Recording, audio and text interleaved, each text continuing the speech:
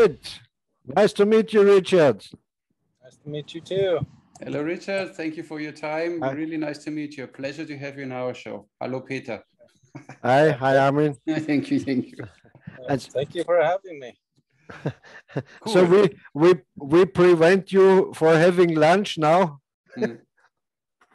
No, I'm fine. Okay. That's great. So- We always wanted to invite an Native American who could tell us some stuff about native habits and archery and so. Yeah. So what we know of the Native Americans is from Hollywood movies and from Karl May series. So might be wrong, you know. But maybe first of all, would you like to introduce yourself to our audience? Who you are, what you are doing right now? Yeah. Well, name's Richard Giago. I'm Oglala Lakota from the Pine Ridge Indian Reservation here in South Dakota. I am a traditional Lakota art teacher at a all-girls school. It's called Ombowi Chakpi, Hawaii, or everyone else calls it Pine Ridge Girls School. But yeah, it's an all-girls school. I've been there the past 2 years, and you know I love it. I love it there because I get to teach them. I get to teach them, you know, my passion. You know which is, you know, Lakota art, traditional Lakota art. So it's a dream job, you know. I get and is it painting and carving or something like that? There's beadwork, quill work, hide tanning, ledger art, you know, along those lines of, you know, traditional Lakota art, kind of like pre-reservation days style. That's what I teach in the school. So yeah. So in that kind, not only art but also crafts, if I get you right. Okay. Yeah. I understand. Arts and crafts kind of go hand in hand. Yeah, exactly. Yeah. And what is typical for this early Lakota art? What is typical? What would you say differentiates it from other arts? Or is there it's mainly the style, the Northern Plains style of art. It's you know, a lot of it's basically the same. You know, we have a lot of the same art forms. The northern tribes, you know, the Cheyenne, Arapaho, Crow, Mandan, Hidatsa. You know, all this, you know, even Kiowa, Comanche, Southern Cheyenne. We all have basically the same, you know, art forms. Okay. Yeah. The plains tribes, they are very similar. Yeah, very similar. Yeah, I understand. I wanted to say, I talked with Armin before. Armin is from Germany and I'm from Austria, and especially these two nations have a very positive, a very nice view on Native Americans, because we had a very famous writer. His name was Karl May, and you know, like James Fenimore Cooper, and so he had a very positive and a proud picture of the Native Americans. And so here around, all the people love Native Americans. That's good. It's a positive picture. Too bad. Yeah, too bad that same thought process ain't here in America, because it's different. It's different here. You know, the outlook on Native Americans is a lot different. But I don't know. Correct me if I'm wrong. But I guess nowadays it's okay. No, you have your space, your place, and you can live. You can teach your arts and so on. Yeah, totally. It's okay so far, I'd say. No. Yeah. Well, I mean, we still have our, you know, there's still a lot of racism off the reservation that we still deal with on a daily basis.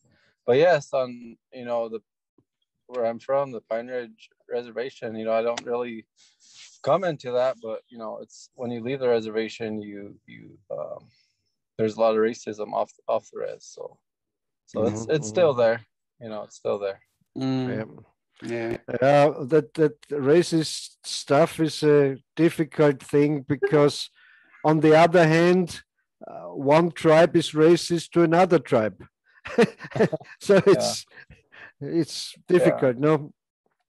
Yeah, I mean, it's not. I mean, today's day and age, we don't really get that as much. You know, it's I don't really, you know, I don't fall into that. You know, if you're from another tribe, that's you know, I'm interested in you know, other tribal customs and traditions. You know, personally, you know, I'm not biased. You know, just, you know, Lakota is the only. You know, I'm really interested in you know, the different tribal customs that I'm surrounded by. So, but I don't fall into that. You know, let's say the Crow. You know, I don't have a problem with crows or, you know, any other tribe. I don't. I try to get along. I get along with everybody personally. And from every tribe and every kind of people, you can learn something.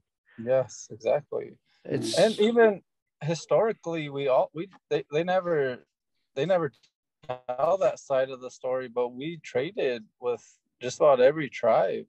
You know, we had marriages with, you know, so-called enemy tribes. You know, we married into the Crows. Yeah. You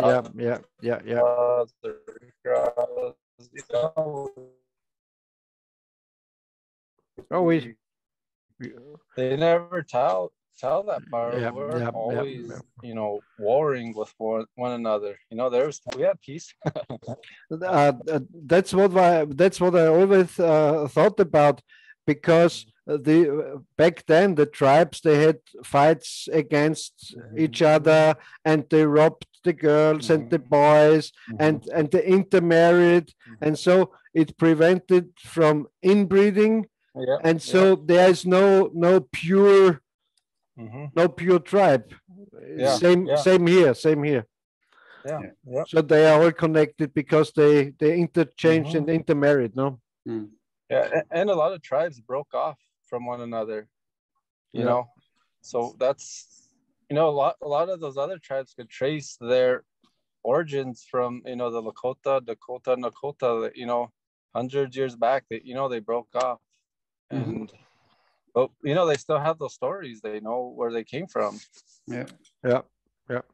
At least they have the stories.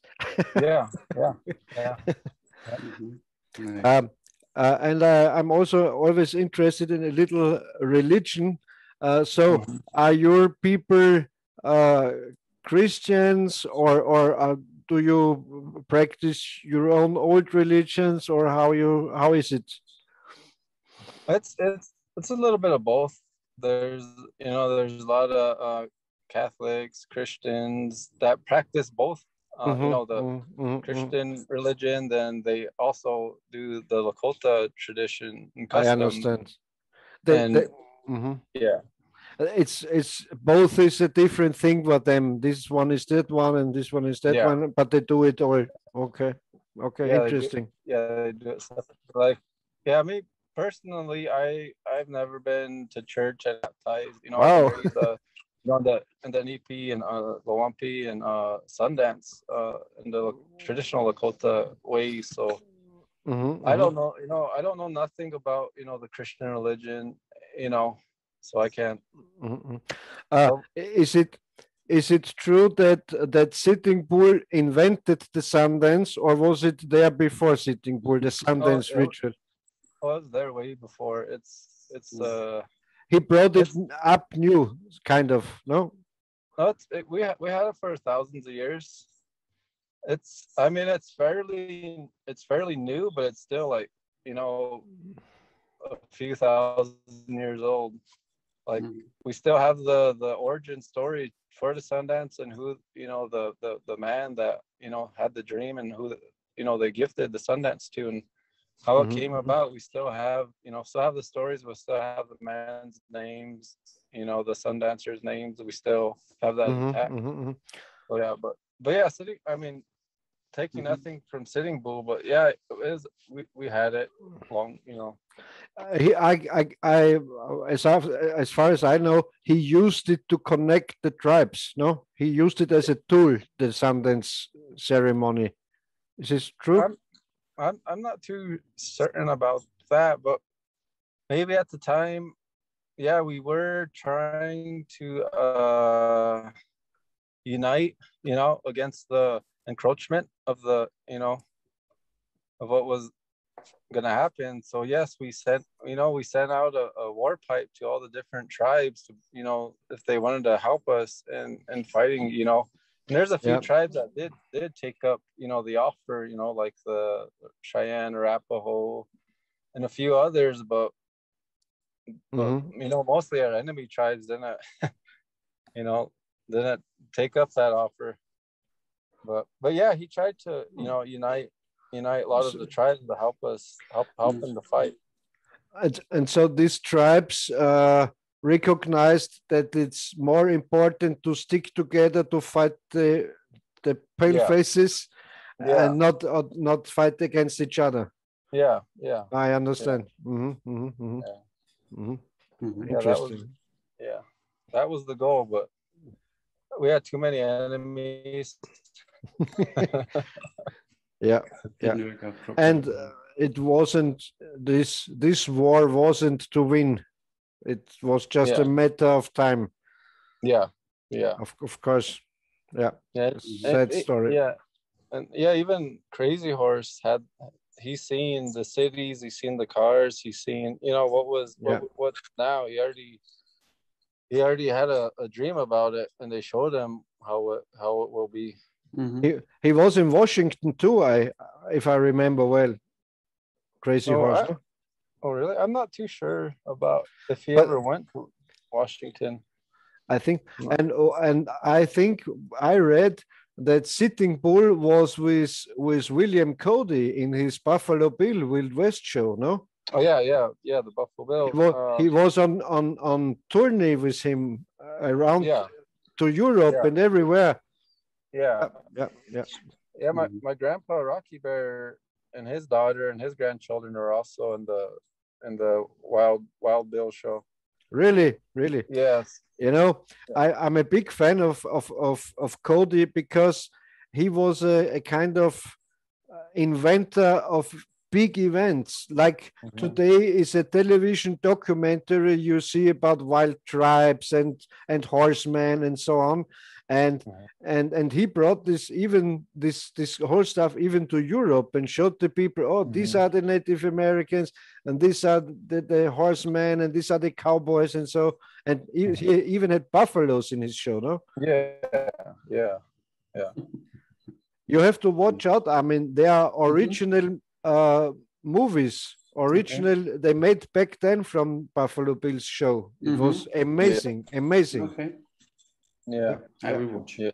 So your ancestors worked with Buffalo Bill? Yeah. Rocky Bear. That's great. There's a lot of photographs of Rocky Bear during the Wild Bill show. You see him all the time, and he has a daughter. Her name is Ella Besnett. So there's a lot of pictures of her, and her husband was a cowboy. His name was William Irving. They call him Bronco Bill. I know. I heard about him. Too. Bronco Bill. Yeah. He was a gunslinger and a bronc rider. Yeah, he's a cowboy. Yeah. So those are my grandparents there. They were part of that show. Here over in Europe, William Cody, Buffalo Bill, is a kind of bad person to the people because he killed all the buffaloes and so on. But what I found out is that the Native Americans who worked with him, who knew him, they liked him. Is this true? Yeah. They a lot of them did like him. They befriended him and made good friends with him, and he paid them not too bad. Well. Yeah. And a lot of them, they don't have a choice either. It's either work for Buffalo Bill or starve. What's it gonna be? Not many options. That's basically how it was back then. same way with, you know, the church is like, go to church. If you don't go to church, you're not going to get your rations. So basically do this or you're going to starve. So it's all for survival in those days. You know, we had to, our ancestors had to do what they had to do to survive, you know, otherwise we would have but to be fair, the same was true also for a lot of poor white people back then. Of course. They also. And the same is true for the poor white people right now. If you don't get your COVID vaccine shot, you soon can't go in a supermarket anymore. So fine. History repeats itself in different ways, but it's always the same. How about that COVID stuff in your place? Well, it hit us pretty bad. And it slowed down, but now we got a new variant that just hit us like maybe a couple weeks ago. We got a few new cases of the new variant, so we're back. And high alert. But we lost a lot of relatives from COVID, and I just buried my uncle this past weekend from COVID. So I mean, sad to hear. I don't know how many of my relatives we buried this past year because of it. You know, so it hit us pretty hard. And I mean, it's still here. We're still taking precautions. We still got to wear a mask in public. We got border patrol, 24/7. So So you kind of keep your border tight, so not too many strangers can get in. Can flood in. They don't. Yeah, if you don't work on the resident, they won't let you pass through. Oh. So, like in the old days. Exactly. Yeah. That's great. Funny, but it's not. Yeah. It's not funny, but yeah. I mean, a lot of people that live off the res, they kind of gripe about it, but you got to look at it too. Is like we're like an endangered species. We got to protect because there's so few of us. There's not. We're less than. All indigenous people were less than 2% of the total U.S. population. So you got to look at it like we're an endangered species. So we got to do what we have to do to protect. How many babies do you have? I have 6, 7. Busy. So you're working on it to be endangered. To get out of the endangerment. Yeah. Trying my best. Take us off the list. Good job. Listen to this story. My uncle that just passed away, we're really close to him growing up. He's from Yankton, the Dakota. That's where my mom is. She's East River.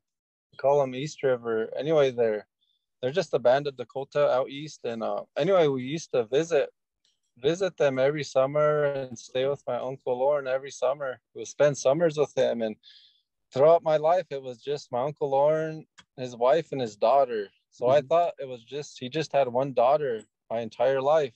That's all, because that's all I ever seen. Then my grandma passed away back in, I think, 2002. Then on the obituary, I had my grandmother's children and all their kids. And under my Uncle Lauren, he had like 20 children. Wow. I was like, what you only knew about one. Yeah, that blew my mind. I was like, I just seen Nikki my entire life. Where'd all these other kids come from? But in his younger days.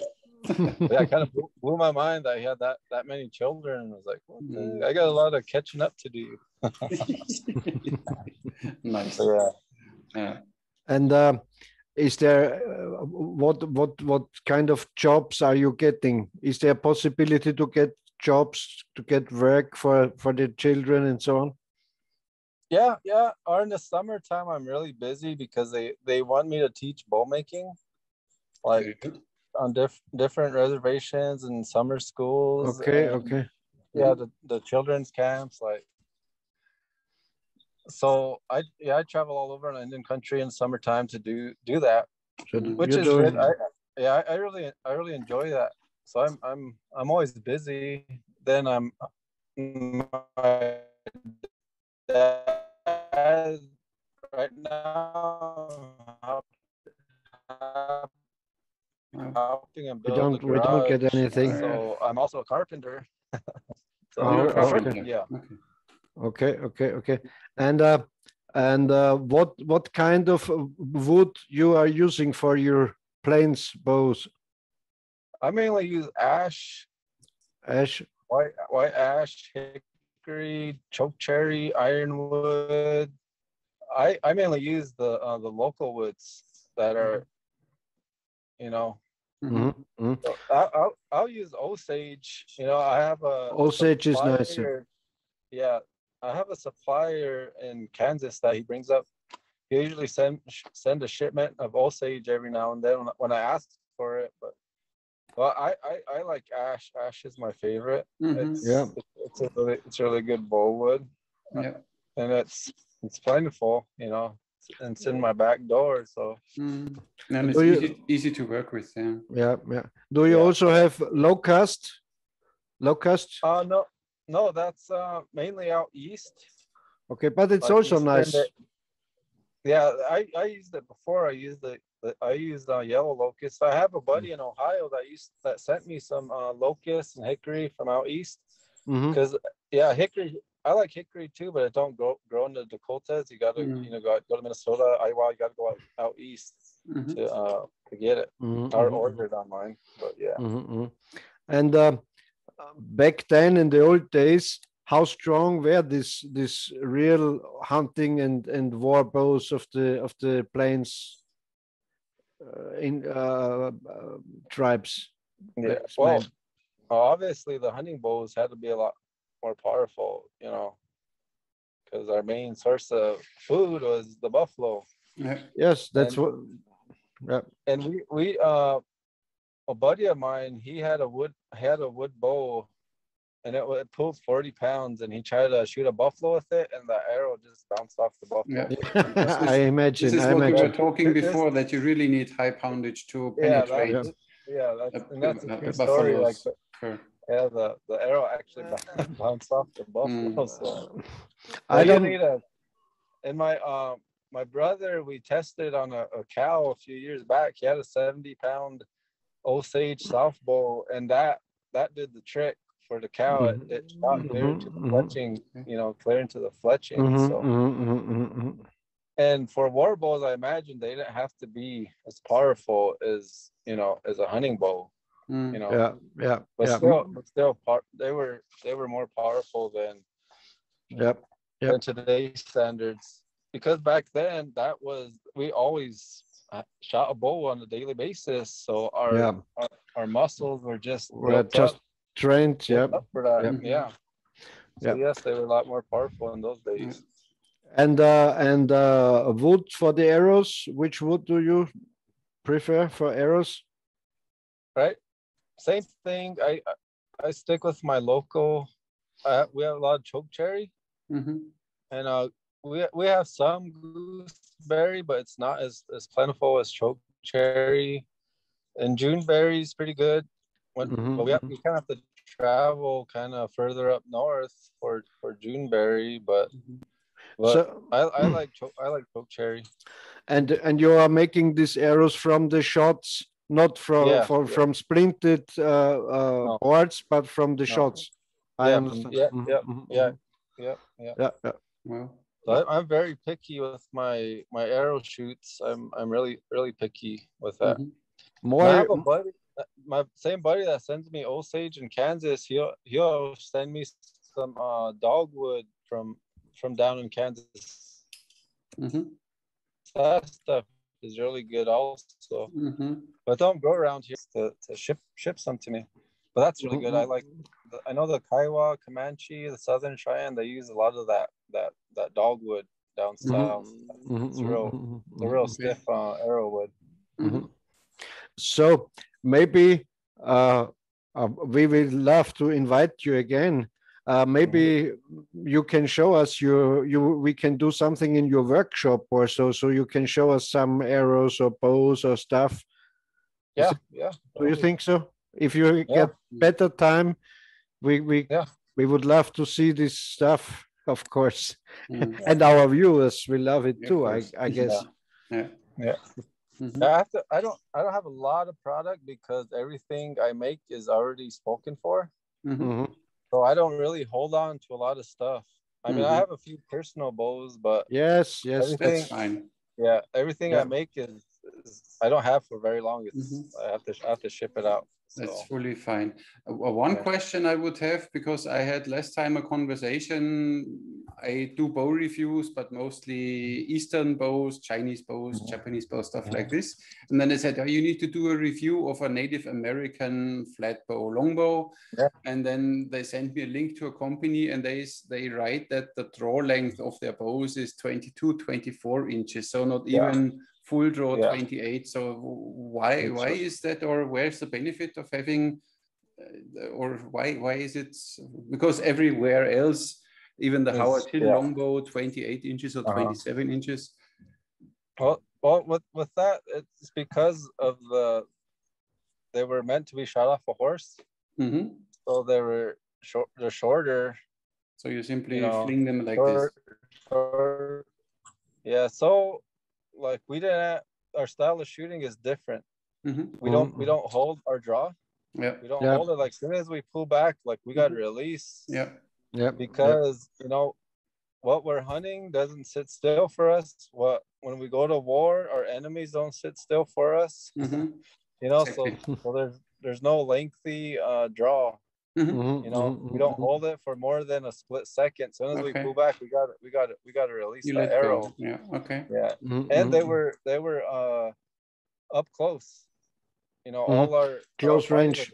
Close range. And you were considered a coward if you tried to fight, long distance. You had to touch your enemy. That's how. If you didn't touch your enemy, then you were a coward. So. A coup, they say a coup. No? So if they spotted the guy drawing a long draw, look at this coward. I'll laugh at him because you just dodged that arrow.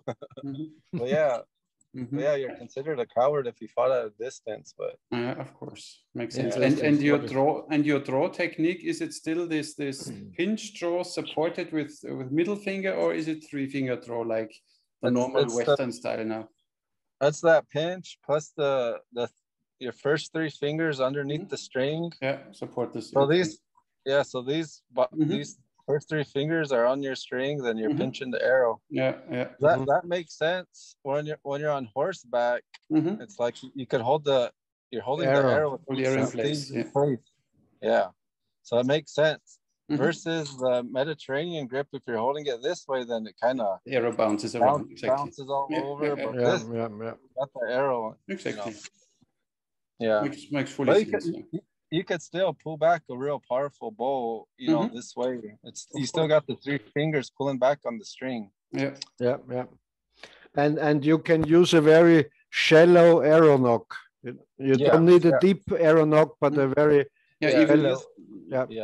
You had even knockless arrows, right? So there was completely no knock at the end. You simply pinch the arrow on the string, and then with the 3 fingers you throw it.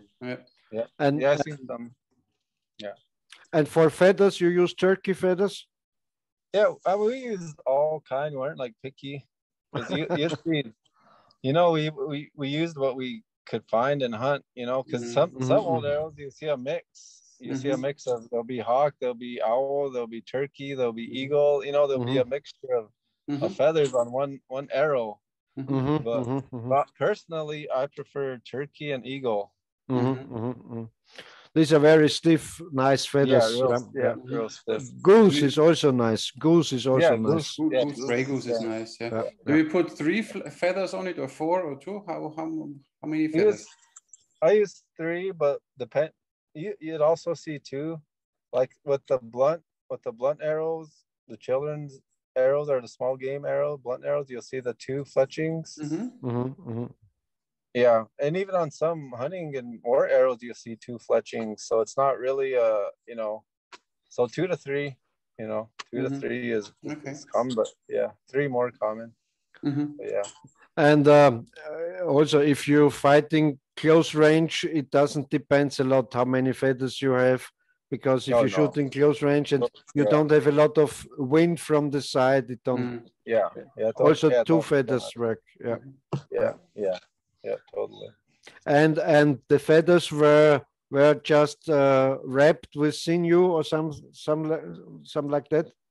Yeah, but some were glued down, some weren't.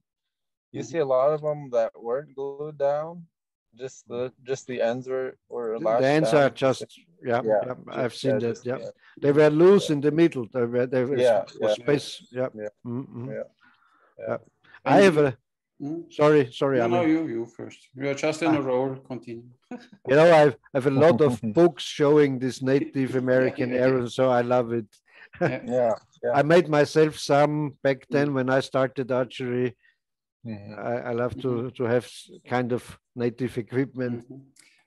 Was it then important to always have a very heavy tip on it, or how is it with you? Because I heard last time that Peter always thinks about getting the most heavy possible arrow for his bow, makes his arrow flight nice, and because with wood you are quite limited, so you only can add weight with a heavy arrow.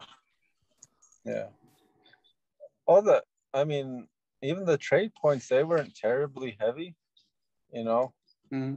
Like even the barrel hoops, because I cut some barrel hoop arrowheads out before, and they weren't terribly heavy.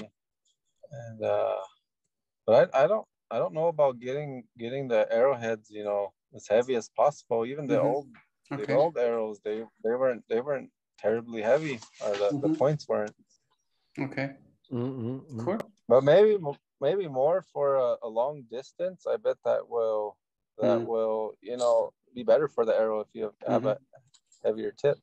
But like you said, in a short distance, like it don't matter as much. You know.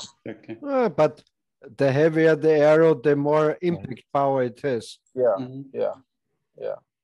So if you more penetration power. If you hunt buffalo, I guess a heavy iron point. And our arrows were short too, you know.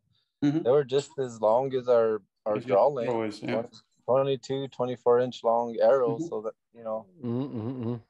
And that's still plenty of power to go through, you know, large game. And, it's still plenty of power. And we talked about before, Armin and me, maybe with this buffalo hunting, it was also a different hunting method. No, they separated one buffalo and more warriors shot arrows into the buffalo, so it doesn't depend on one deadly shot. Is this true? Oh, there's different ways to hunt, and we also have a story where this warrior, he shot like 10 buffalo, and each buffalo had one arrow. Wow! And they were like stretched for miles. You know, these dead buffaloes, because he'll go by, he'll shoot one in the lung, then move on to the next one and shoot that one. And as long as he hit it in the lung, like they're they will collapse sooner or later. They will collapse. They'll run for a bit, but they'll go down. So, there's different methods. And did they also? They shot the arrows and maybe finished the buffalo with the spear off. Yeah. And you'll see that. You see that in those old paintings where those warriors will come up with a spear and, you know, just jab it. They'll probably just jab in the lung and move on to the next buffalo. You know. So it was it was a sophisticated way of hunting, and so it worked. And it was a team sport, so to say. Oh yeah. It was. And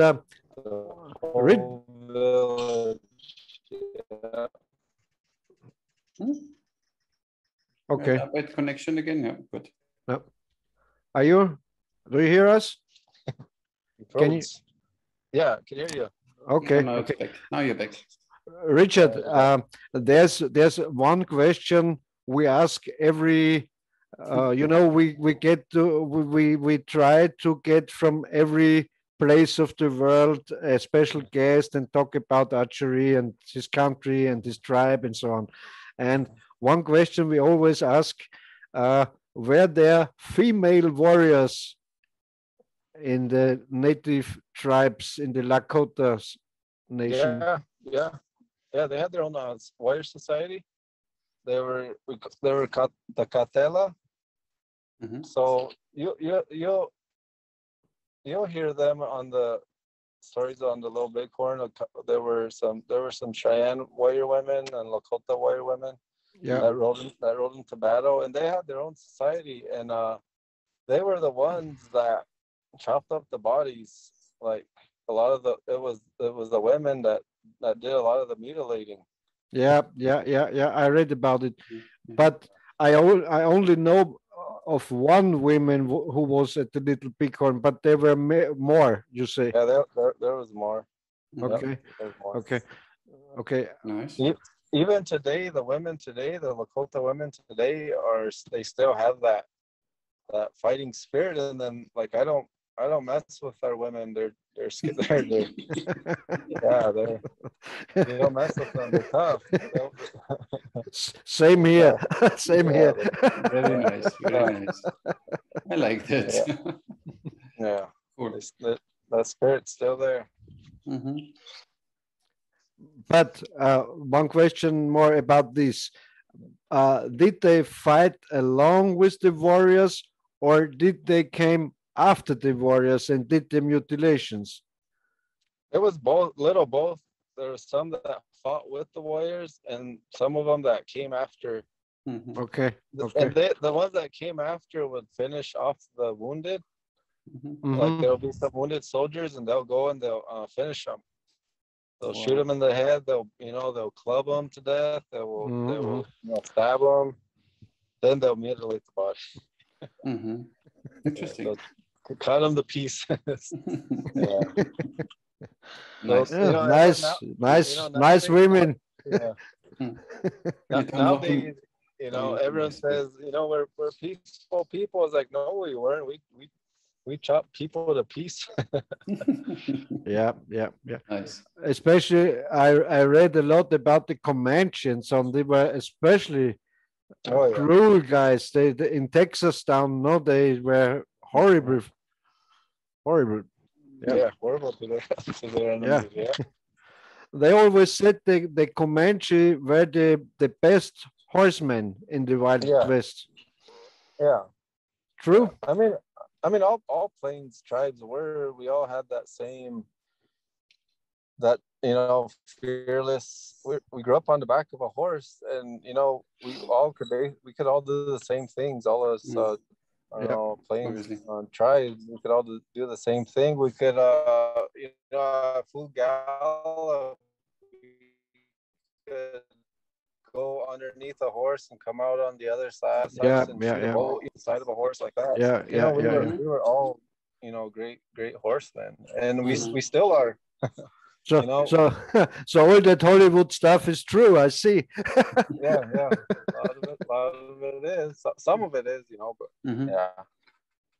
But then I have directly a question. What was always in with Winnetou when two tribes, then they said, okay, we don't fight anymore against each other. Then they had a tomahawk, the war tomahawk, and they buried this tomahawk. That was always a sign the war is finished. Is it true? Did you do this, or is it simply a nice romantic story? I wonder if that's out east. Like they bury the hatchet. Yeah, that sounds like a eastern. Maybe out east, those eastern tribes, they might have done that, but we didn't do that. A lot of times, we'll smoke the pipe and we'll have, a lot of it was done with the chanupa, piece was done that way. But even then, like you can't control all the young warriors. Like it's like that today too, and back then still you couldn't control everybody. Like the young warriors still wanted to prove themselves, even though there was peace with, between tribes. They'll still go out and they'll still, steal a horse or, go on a little war party. But you couldn't control them, Yes, this was a kind of say also in the movies. They bury the war tomahawk and then there is peace. But the peace pipe, this is true. The pipe. Yeah, I mean, yes. We had, whenever there's peace, we'll smoke, we'll offer that. And, if there's a war, we had a war pipe, then we'll send that out, So yeah, there's different, different pipes. There was a war pipe and a peace pipe. Yeah. Oh. Yeah. Okay. Okay. Yeah. So that's what we got from the natives. The tobacco.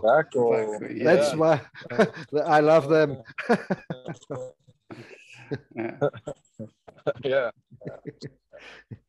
Are you still growing tobacco in your country? No, that's mainly like the Crow. The Crow had they were kind of the growers of that tobacco. We mainly had like the chinchasha or the red willow for our pipes, and we'd mix it with different, bearberry or we have different mixes that we would add to our tobaccos too. But it all grew naturally. Like we didn't really grow anything. Okay. Because we were too busy following the buffalo and moving. Yeah. We are warriors, not farmers. Yeah, exactly. Like that was mainly like the Rikara, Mandan, Hidatsa, those other tribes that were, mainly did the agriculture, and they traded stuff also. Yeah, we traded. We got corn from them. We got squash. We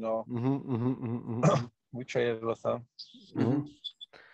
So of course, these agricultural tribes were easier to defeat because you plains people, they were always on the run, always moving, and there was the camp was there, and then over there, and the agriculture tribes, they were easier to control for the white people.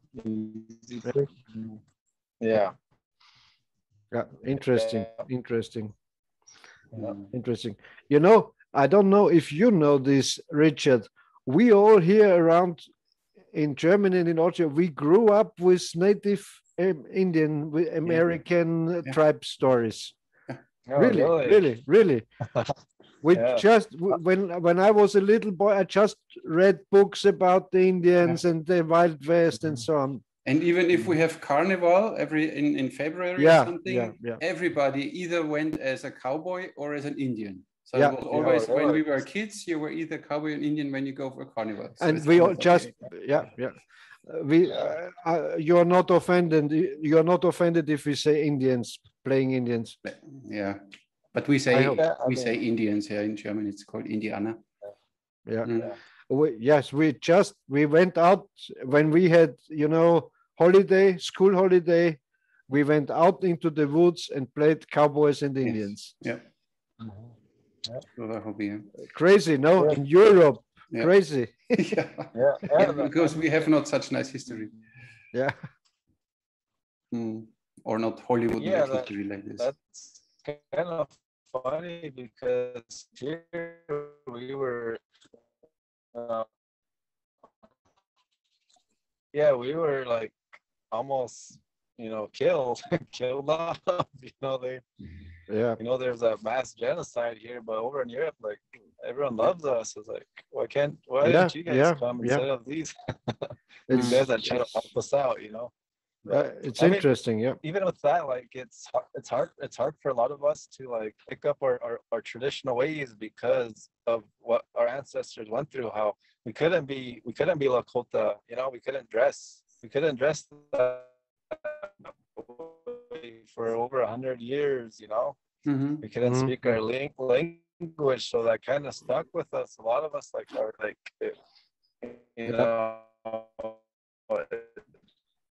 that generational trauma is still there. That historical trauma is still. I mean, it was like yesterday. People think that it happened a long time ago, but no, like it happened within, you know, our generation, our parents' generation. So it's just, you know, it's really fresh. It's not so long ago. That's true. Yeah. That's true. Yeah. But on the other hand, you can't be angry about the other guy's grandfather, what he did, and he couldn't be angry about your grandfather. It's like it is. Yeah. And a lot of with that too, like a lot of the a lot of people they learn to love us or accept our ways or practice our ways. You know, it's kind of funny.